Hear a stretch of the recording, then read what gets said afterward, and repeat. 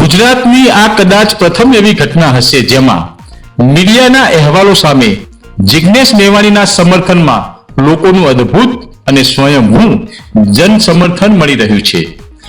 હજારો લોકોની કોમેન્ટો જોતા લાગી રહ્યું છે કે જિગ્નેશ મેવાણીને સોશિયલ મીડિયામાં જે અદ્ભુત સમર્થન મળી રહ્યું છે, લાગે છે આ જ જિગ્નેશ મેવાણીના કામનું સર્ટિફિકેટ છે.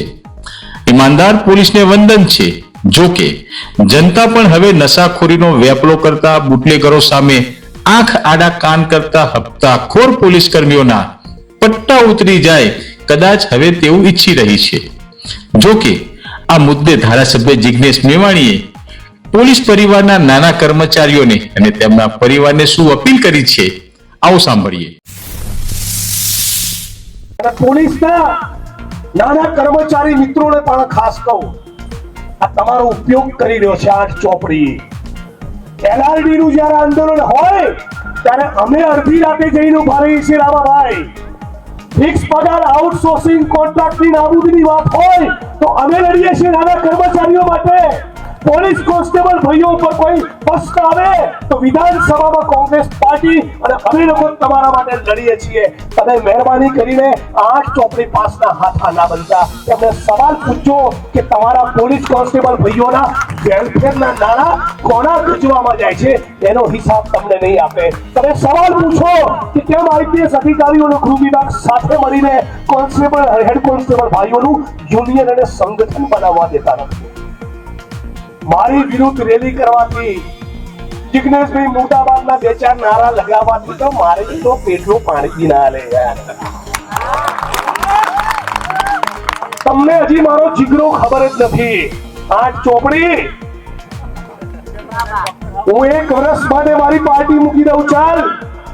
અને તું બી 1 વર્ષ માટે તારી પાર્ટી મૂકી દે અને પછી નીકળી હિન્દુસ્તાનની સડકો પર તો ખબર પડે મારી શું હેસિયત છે અને તારી શું ઓકાત છે. 8 ચોપડી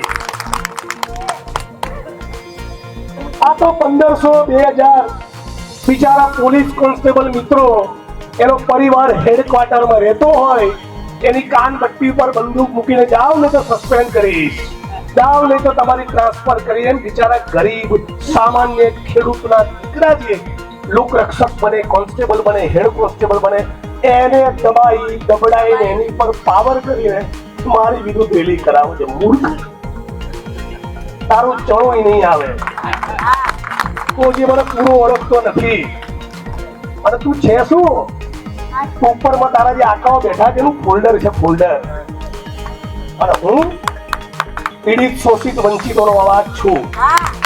મને નેતા ગુજરાતની જનતા અને ગુજરાતના પીડિત શોષિત વંચિતોએ બનાવ્યો છે. અને સાંભળી લેજો ભારતીય જનતા પાર્ટીના મિત્રો, કબીર સાહેબે કહ્યું છે, માટી કહે કુંભાર છે, તું ક્યાં રોંદે મોહે, એક દિન એસા આએગા મેં રોંદુગી તોહે. તમારો પણ વારો આ જન્મમાં નીકળવાનો છે.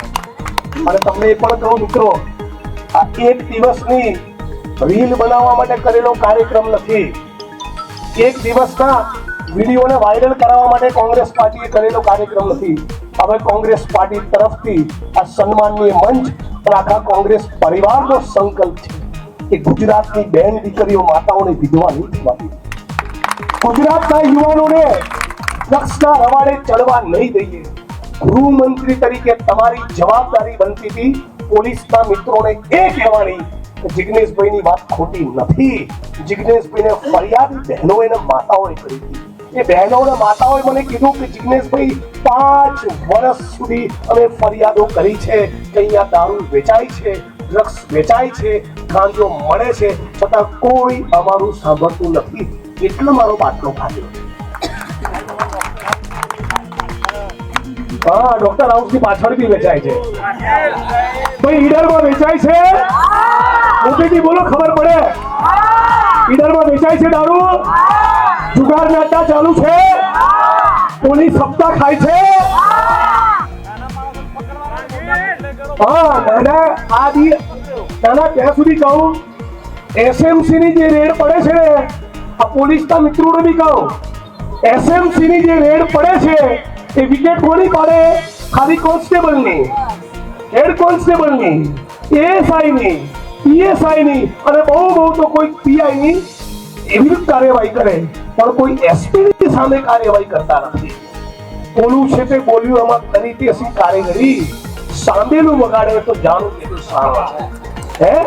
બનાસકાંઠાથી નીકળતો દારૂ જે ટ્રકોના માધ્યમથી ભરીને રાજસ્થાનથી ગુજરાતની પોલીસ જે દારૂ મંગાવે છે, ઈડરમાંથી જે નીકળે છે એ બનાસકાંઠાથી નીકળીને પાટણ જાય, પાટણથી નીકળીને મહેસાણા જાય, મહેસાણાથી નીકળીને ગાંધીનગર જાય, ગાંધીનગરથી નીકળીને અમદાવાદ જાય, તો ત્યાં સુધી જે જિલ્લાના પોલીસ વડાઓ જે શું કરે છે, લચ્છા લપેટે છે, એ મંજીરા વગાડે છે.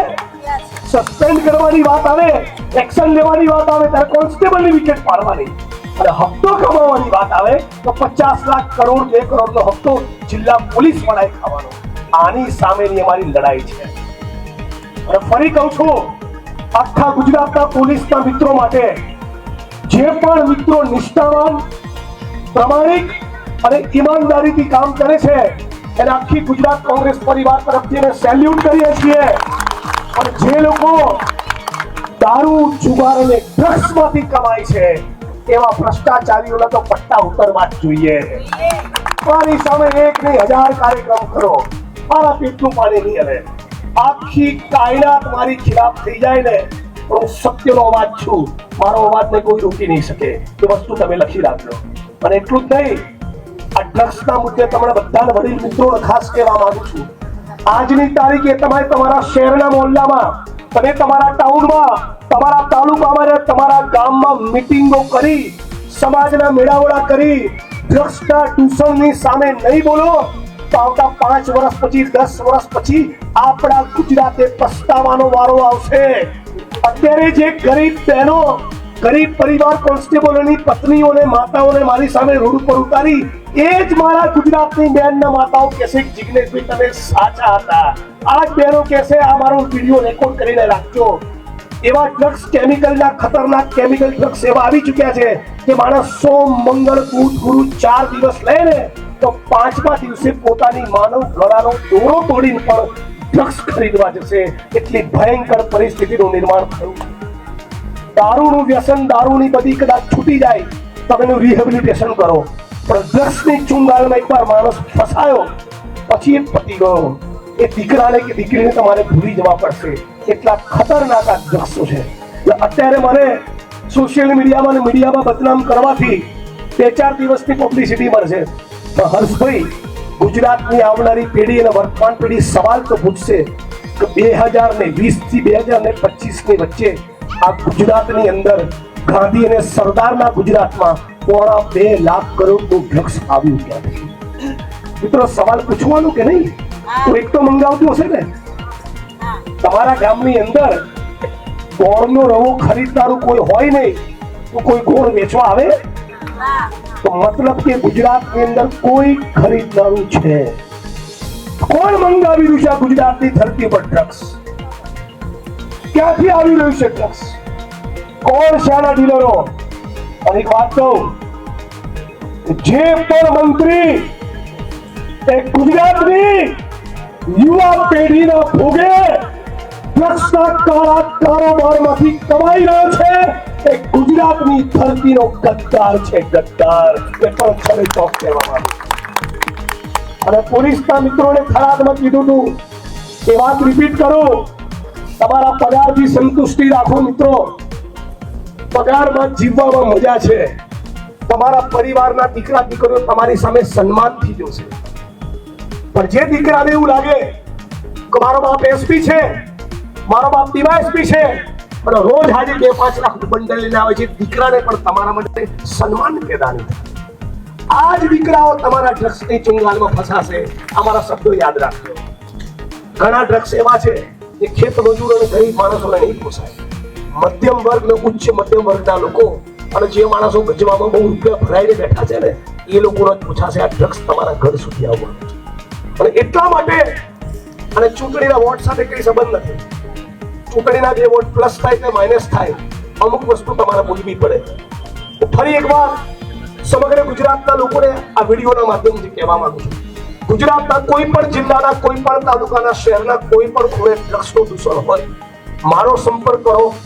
માનનીય તુષારભાઈ ચૌધરીનો સંપર્ક કરો, વિરોધ પક્ષના આપણા નેતા માનનીય અમિતભાઈ ચાવડાનો સંપર્ક કરો અને દરેક તાલુકા જિલ્લા કક્ષાએ જે કોંગ્રેસની અમારી ટીમ છે એનો સંપર્ક કરો. શક્ય એટલો પ્રયત્ન આ ગુજરાતમાંથી ડ્રગ્સનું સેવન બંધ થાય, આ ગુજરાતમાંથી ડ્રગ્સનો વેપલો બંધ થાય એના માટે તનતોડ મહેનત કરીશું. એ વાતનું ગુજરાતની જનતાને મેં વચન આપ્યું છે. અમારા માટે ખાલી એક મિટિંગની વાત નથી. આપણું ગુજરાત આવું. તમે મને કહો ગુજરાતમાં 1.5-2 લાખ કરોડનું ડ્રગ્સ આવે તો બીજા રાજ્યના લોકો તે આપણી મશ્કરી કરે કે ના કરે? આપણને ઉડતા ગુજરાત કહે કે ના કહે? આ ગુજરાતના લલાટ ઉપર કલંકની કીડી કાળી ટીલી કોણે લગાડી? ભારતીય જનતા પાર્ટીની સરકારે. અને આપણે બધા જાણીએ છીએ આ આખા ગુજરાતના જે પણ આઈપીએસ અધિકારીઓ એ દારૂમાંથી કમાય એનું ભેગું થયેલું બંડલ કોના ગજવામાં જાય? મંત્રીના ગજવામાં. એ જ પ્રમાણે જે માણસો ડ્રગ્સના કાળા કારોબારમાંથી કમાતા હોય એનું બંડલ પણ કોના ગજવામાં જાય? મંત્રીના ગજવામાં જાય. હે ગુજરાતના મંત્રીઓ, હે ગુજરાતના આઈપીએસ અધિકારીઓ, થોડા તો તમે એટલા વિવેકી બનો કે તમારા મા બાપ તમને જોઈને લાજે. આ ધંધા ગુજરાતમાં બંધ કરો. આ બેન દીકરીઓ માતાઓની સામું જુઓ. અમારા ગુજરાતની બહેનો માતાઓની ચિંતા કરો. હજારોની હજારો બહેનો છેલ્લા 25 વર્ષના ભારતીય જનતા પાર્ટીના શાસનમાં વિધવા થઈ. હજી કેટલી બહેનોને આપણે વિધવા કરી છે? હજી કેટલા યુવાનોને ડ્રગ્સના રવાડે ચડાવવા? આપ સૌને મારી વાણીને વિરામ આપતા પહેલા વિનંતી કરું છું કે સાથે મળીને બધા સંકલ્પ કરીએ આપણું ગુજરાત એ ડ્રગ્સ મુક્ત બનવું જોઈએ.